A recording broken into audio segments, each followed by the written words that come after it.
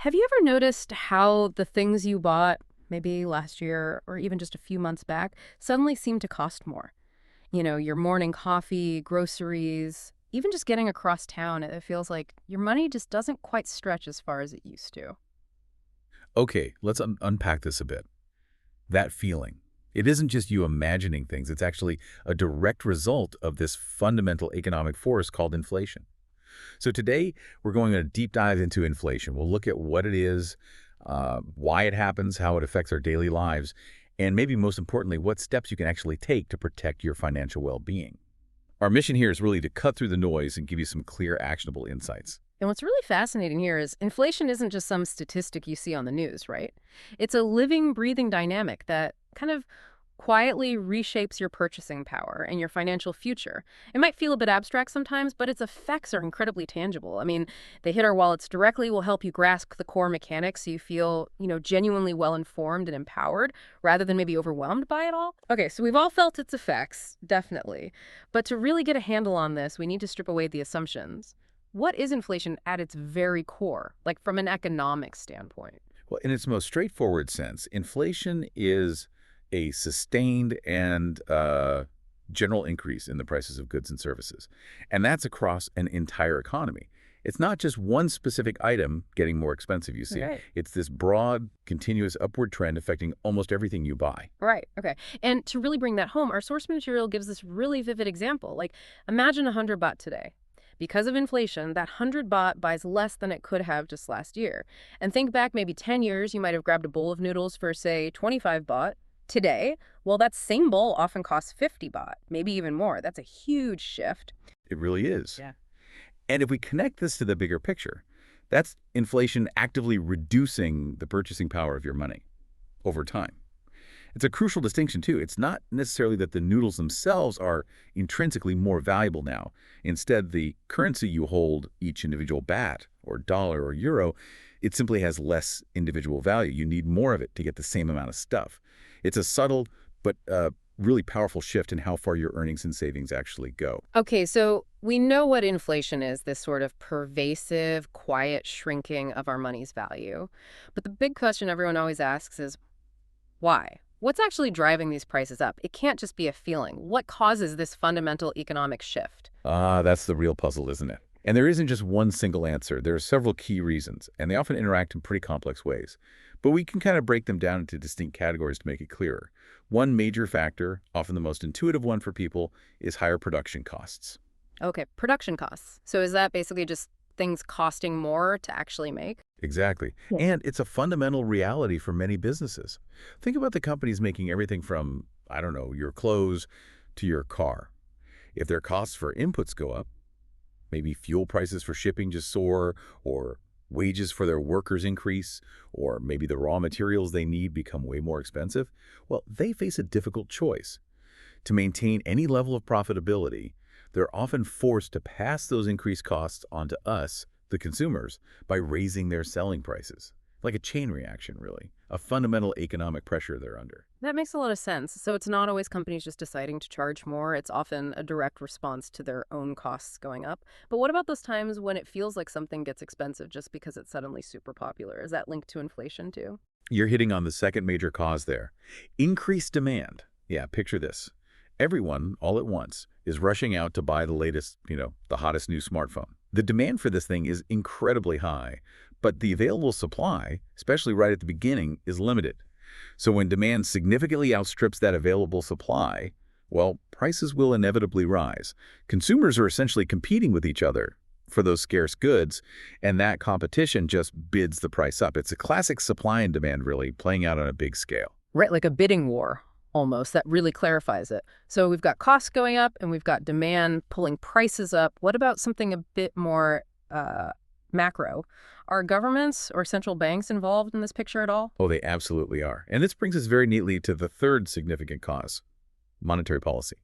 Specifically, we're talking about the actions of central banks. If a central bank, for instance, decides to print too much money or maybe injects a large amount of currency into the economy through other means, the overall money supply increases dramatically. Okay, hold on. Central banks printing money. That sounds a bit abstract. How exactly does that end up making my groceries cost more? That's a great question, and it's not immediately obvious. While having more money floating around might sound good initially, there's a crucial downside. When there's significantly more money circulating, but roughly the same amount of goods and services available to buy, the value of each individual unit of currency gets diluted. Think of it like adding way too much water to a glass of juice. Hmm. The drink becomes weaker, right? Watered down. So it's not just that there's more money, but that each dollar or baht or whatever is simply less potent. It buys less, meaning you need more of it to purchase the same items. And that leads directly to higher prices across the board. Wow. Okay. So whether it's the actual cost of making something or how many people desperately want it versus how much is available, or even just how much money is flowing through the entire economy, maybe thanks to central bank actions, all these factors play a really significant role in pushing prices up. It's really a confluence of forces, isn't it? Not just one simple thing. Exactly. Which then raises another important question. Is inflation always, a bad thing? We often hear about it with such a negative spin, like it's purely a problem that just needs to be stamped out. Yeah. But it turns out it actually has both pros and cons. It really depends on its intensity and the broader economic context. Pros and cons. Okay, that might surprise a lot of listeners, myself included. We tend to just focus on the negative. So you're saying there's actually a kind of sweet spot for inflation. When is it actually a good thing, or at least maybe a useful thing for the economy? Precisely. It feels counterintuitive, I know. But a little bit of inflation, let's say at a healthy, manageable level, typically targeted around 2 to 3% per year by most central banks, that actually stimulates the economy. Think about it. If people know their money will slowly lose just a tiny bit of value over time, they're actually encouraged to spend it or invest it, rather than just letting it sit idle, maybe under the mattress or in a zero-interest account. And the spending and investment drives economic activity. Businesses produce more, they hire more people, consumers keep the wheels of commerce turning. It helps prevent economic stagnation, which can happen if everyone just hoards cash expecting prices to fall. It also makes existing debt slightly easier to manage over time, as the real value of the debt decreases, which can be a relief for borrowers. It's like a gentle nudge keeping the economy moving forward. Okay, so a little bit of inflation acts like a necessary lubricant for the economic engine, keeping things moving, preventing seizing up. But I'm guessing there's a point where that gentle nudge becomes more like a runaway train, right? What happens if it gets really out of control? That's where the downsides must really hit home. That's exactly right. If inflation climbs too high, we're talking typically 10% or more annually, consistently it becomes genuinely problematic. It can even be devastating. At that point, living costs start soaring much, much faster than people's incomes can keep up. Your wages simply can't match the escalating prices of food, housing, transport, all the daily necessities. This leads to a really severe decline in purchasing power for the average person. It makes maintaining a decent standard of living incredibly difficult. And this extreme situation, this is what we call hyperinflation, that's where the value of money just collapses rapidly, sometimes even day by day. It completely undermines financial stability, makes any kind of long-term planning almost impossible, and it can lead to widespread social and economic unrest. It's a very dangerous situation. Okay, that really paints a picture. So putting this all together, what does this mean for you, the listener? Given these realities, the constant erosion of purchasing power, the various causes, both the stimulating effects and the potentially devastating impacts, how can we actually deal with inflation? How do we protect our financial well-being? It feels like this huge, unstoppable force sometimes, but there must be strategies, right? Well, absolutely. There are definitely practical, actionable strategies you can adopt. And our sources really highlight two key areas. First, and this is really foundational, you need to manage your finances wisely. Now, this isn't just about general budgeting, though that's important too. It specifically involves disciplined saving and, crucially, diversifying your investments across different asset classes. Okay. Diversifying investments across different asset classes, that sounds a little bit technical for some folks. Can you break that down a bit more simply? Sure. It basically just means not putting all your financial eggs in one basket. So instead of investing everything in just one type of thing, like maybe only savings accounts or only property, Yeah. you consider spreading your money across various options. Things like stocks, which give you ownership in companies, bonds, which are essentially loans to governments or corporations, maybe real estate, perhaps even commodities like gold. Diversification helps spread out the risk. If one type of investment isn't doing well, hopefully another one is. It can offer more stable returns over the long term, which is really vital when inflation is chipping away at value. Got it. Spread the risk. Diversification is key. Okay, what's the second big piece of advice? You said there were two main areas. What's the most critical strategy? The second, and arguably the most critical strategy, especially in an inflationary environment, is this. Don't let your money just sit idle. This is the core principle, really. Money that's just held in a traditional savings account, maybe earning minimal interest, is actively losing value every single day. Why?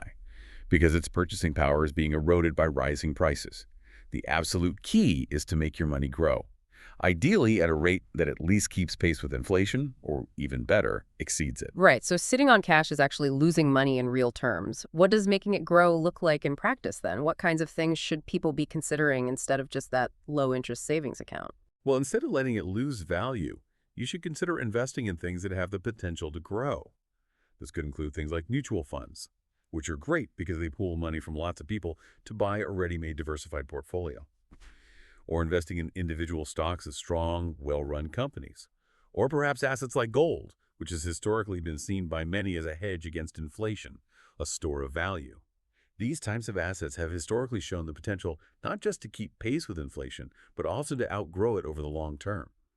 They represent real assets, or a stake in productive businesses, rather than just a fixed amount of currency that's constantly being devalued by those rising prices. That's really powerful advice. So, investing is highlighted as one of the best ways to keep your money's value growing, to keep up with inflation. It's almost like giving your money its own set of running shoes, right? To keep pace with those rising prices. It's about being proactive, making your money work hard for you instead of just letting it sit there and get, well, outrun by the economy.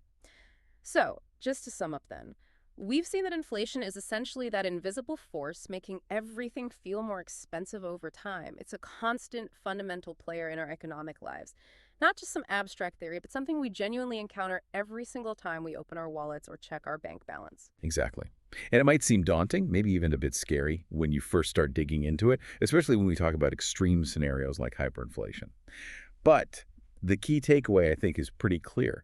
If we truly understand it, what causes it, its different impacts, both good and bad, and if we plan properly, by adopting smart financial strategies like diversifying and investing, we absolutely can navigate it without too much trouble. It really boils down to being proactive, not passive, when facing economic change. So, as you look ahead, thinking about your own situation, what do you think? Will inflation in the future just make life harder, forcing us to constantly chase rising prices just to sort of stay level? Or will it actually push you to plan your finances more carefully? Maybe look for new, smarter ways to make your money work for you, perhaps even better than you were before. It's definitely something to ponder, isn't it?